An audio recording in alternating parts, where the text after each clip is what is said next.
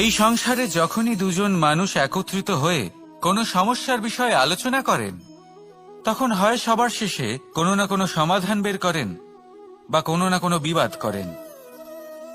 এই বিবাদ হলো মনুষ্য জীবনের সবথেকে বড় ঝামেলা, সবথেকে বড় সমস্যা।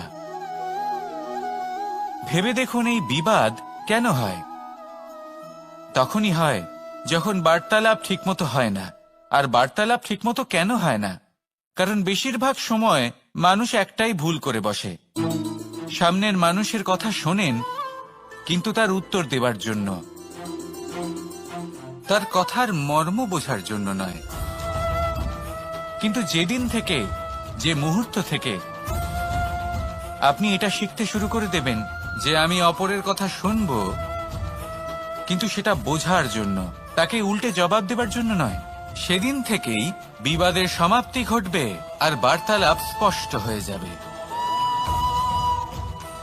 দেখুন, হয় সামনের মানুষের কথা বুঝতে শিখুন, বা নিজের বক্তব্য ভালোভাবে সামনের মানুষটাকে বুঝিয়ে বলুন। বার্তালাপ নাকি বিবাদ, আপনি কোনটা চান? সিদ্ধান্ত আপনার। আসুন আর আমার সাথে ভালোবেসে বলুন, রাধা রাধা। মানুষের জীবনে সবসময় কিছু না কিছু ঘটে চলেছে। কখনো ভালো কিছু ঘটে, আবার কখনো দুর্ঘটনা ঘটে। এবার যখনই কোনো দুর্ঘটনা ঘটে, মানুষ ঈশ্বরের কাছে প্রার্থনা করে যে হে ঈশ্বর, আমাকে রক্ষা করুন, এই বিপদ থেকে আমাকে উদ্ধার করুন। বা সে সেই সমস্ত দোষ চাপিয়ে দেয় নিজের প্রারব্ধ, নিজের ভাগ্যের ওপর। কিন্তু যদি আপনি গভীরভাবে ভাবেন, তাহলে প্রত্যেক দুর্ঘটনা, বাধা এবং বিপদ আপনার জীবনে শুধু একটাই উদ্দেশ্য নিয়ে আসে, আপনাকে আরো যোগ্য করে তোলার জন্য। যদি আপনাদের একটা উদাহরণ দিই, বর্ষার ঋতুতে যখন প্রচন্ড মাত্রায় বৃষ্টি পড়ে, ছাদ থেকে জল পড়তে থাকে, তখন আপনি নিশ্চিত করে নেন, স্থির করে নেন যে এবার আমি এই ছাদকে নতুন করে বানিয়ে তুলব, আরো শক্তিশালী বানিয়ে তুলব, আরো দৃঢ় বানাবো। আপনার জীবনে যখন কোনো অসুখ করে, তারপর আপনি জীবনে আরো সাবধানী হয়ে যান, আরো সতর্ক হয়ে যান, স্থির করে নেন যে এটা যেন দ্বিতীয়বার না হয়। ঠিক কিনা? এই বিপদ, এই দুর্ঘটনা, এই সংকট, এগুলো জীবনে আসবে আপনাকে আরো শ্রেষ্ঠ করে তোলার জন্য। এবার এটা আপনার ওপর। আপনি একে ভাগ্যের পরিহাস বলে মনে করবেন, নাকি ঈশ্বরের সংকেত মনে করবেন, যিনি আপনাকে আরো শ্রেষ্ঠ করে তুলতে চান? সিদ্ধান্ত আপনারই। আসুন আর আমার সাথে ভালোবেসে বলুন, রাধা রাধা। এই হলো এক আম গাছ, আর খুব যত্ন সহকারে আমি এটা বড় করেছি। প্রথমে বীজ বপন করেছি, তারপর সিঞ্চন করেছি, তারপর এর থেকে অঙ্কুর বেরিয়েছে, তারপর দিন প্রতিদিন আমি এতে জল দিয়েছি। আস্তে আস্তে ওর পাতা বেরিয়েছে, তারপর ও একটা গাছের আকার ধারণ করেছে। এইভাবেই যদি প্রতিদিন আমি ওর দেখাশোনা করি, তাহলে নিশ্চিত রূপে এর শিকড় আরো দৃঢ় হবে এবং একটা বিশাল গাছের আকার ধারণ করবে, যার থেকে কিছু ডাল জন্ম নেবে, আর তাতে আমি পাবো কিছু মিষ্টি সুস্বাদু আম ফল। এবার আম তো সকলের প্রিয়, সকলের পছন্দের ফল, সকলে খেতে চান। কিন্তু আম পাওয়ার জন্য আগে আপনাকে সেই গাছের যত্ন নিতে হবে। যদি আপনি গাছ লাগিয়ে তারপর ভুলে যান, তাহলে সেই গাছের কি হবে? তার অস্তিত্বটাই মুছে যাবে, তাই না? আমাদের সম্পর্কগুলো কিছুটা এরকমই হয়। যদি সম্পর্ক জুড়ে আপনি ভুলে যান, তাহলে তার অস্তিত্বই মুছে যাবে। তাই শুধুই সম্পর্ক গড়বেন না, তাকে পালনও করুন। নিশ্চিত রূপে আপনার এই সম্পর্করূপী বৃক্ষের ডালে আনন্দের মিষ্টি সুস্বাদু আম ফল নিশ্চয়ই পাওয়া যাবে। তাহলে প্রত্যেক দিন প্রত্যেক সম্পর্ক পালন করুন, তার থেকে আনন্দ লাভ করুন। এই মন ভালোবেসে বলবে, রাধা রাধা। হাস্য, হাসি জীবনে অত্যন্ত মূল্যবান হয়। কথায় আছে যে হাসি এবং হাস্য আমাদের জীবনে ঔষধের মতো কাজ করে, আমাদের সুস্থ রাখে, আমাদের জীবনের অনুভূতিগুলিকে আরো সুন্দর করে তোলে।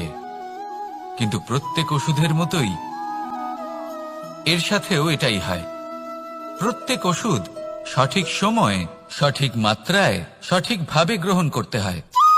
যদি এরকম না হয় তাহলে এই ঔষধও শরীরের ক্ষতি করে দিতে পারে।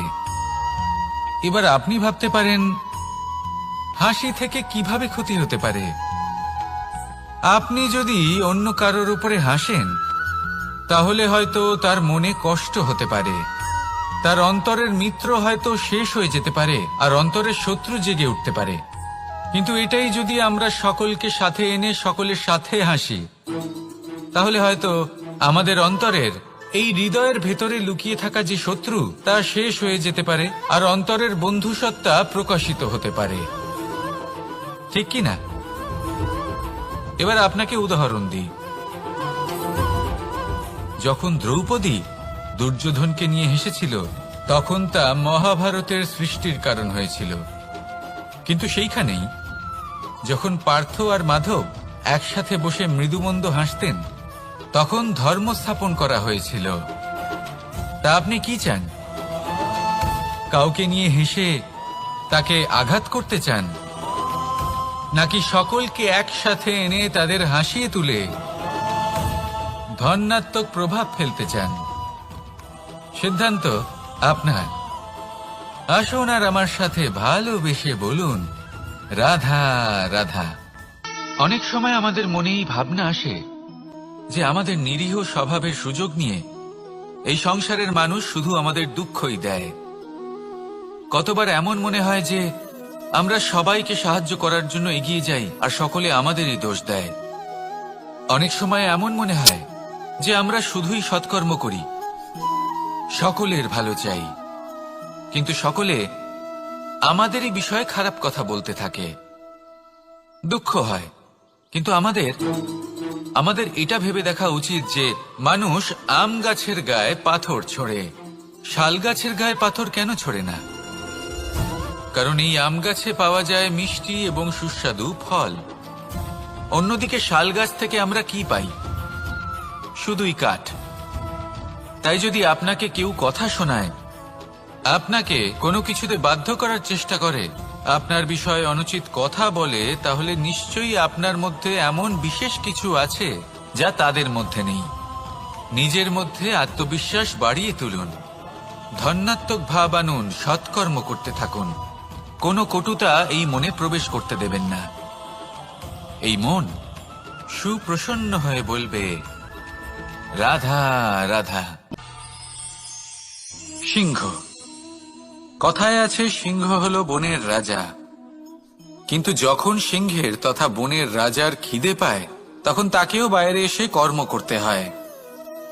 কোন হরিণ নিজে সিংহের সামনে এসে এটা বলে না যে, আরে আপনি হলেন বনের রাজা, আপনি আমাকে ভোজন রূপে গ্রহণ করুন, আমি নিজের প্রাণদান করতে প্রস্তুত রয়েছি। এমন তো কখনোই হয় না। সিংহকে গুহা থেকে বাইরে বেরোতেই হয়, বনে ঘুরে বেড়াতে হয়, ধৈর্য ধরতে হয়, বিভিন্ন ধরনের পরিশ্রম করার পরেই তার ক্ষুধা নিবারণ হয়। হরিণ নিজে থেকে তার কাছে চলে আসে না। সেইভাবেই জীবনে কি সাফল্য আমাদের কাছে নিজে থেকে হেঁটে আসে? কখনোই আসে না। ততক্ষণ আসে না যতক্ষণ না আমরা পরিশ্রমের পথে চলা শুরু করছি। পরিশ্রম করতে থাকুন, এই পরিশ্রমের পথে অগ্রসর হতে থাকুন। যতক্ষণ আপনি পরিশ্রমের পথ ধরে এগোতে থাকবেন, সাফল্য আপনার কাছে আপনা আপনিই চলে আসবে। তাহলে জীবনে নিরন্তর প্রয়াস করুন, পরিশ্রম করতে থাকুন, সাফল্য লাভ করুন, আর আমার সাথে ভালোবেসে বলুন, রাধা রাধা। জীবনে ক্ষমা চাওয়া তাও কিছুটা সহজ, ক্ষমা করতে পারা অত্যন্ত কঠিন। ক্ষমা 2 অক্ষরের এই শব্দ হতে পারে, কিন্তু অত্যন্ত বড় এই শব্দ, অত্যন্ত গুরুত্বপূর্ণ এই শব্দ। কখনো কখনো অন্য কাউকে ক্ষমা করে দেওয়া তাও কিছুটা সহজ কাজ, কিন্তু নিজেকে ক্ষমা করতে পারা অত্যন্ত কঠিন হয়ে দাঁড়ায়। অতীতে যদি আমাদের এমন কোনো ভুল হয় যে কারণে আমরা নিজেকে ক্ষমা করতে পারি না, অনেক সময় এমন কিছু ভুল করে বসি যে বিষয় শুধু আমরাই জানি, কিন্তু আমরা নিজেকে ক্ষমাই করতে পারি না, আর আমাদের বিকাশ সেখানেই স্তব্ধ হয়ে যায়। কারণ যদি আপনি ক্ষমা করতে না শেখেন,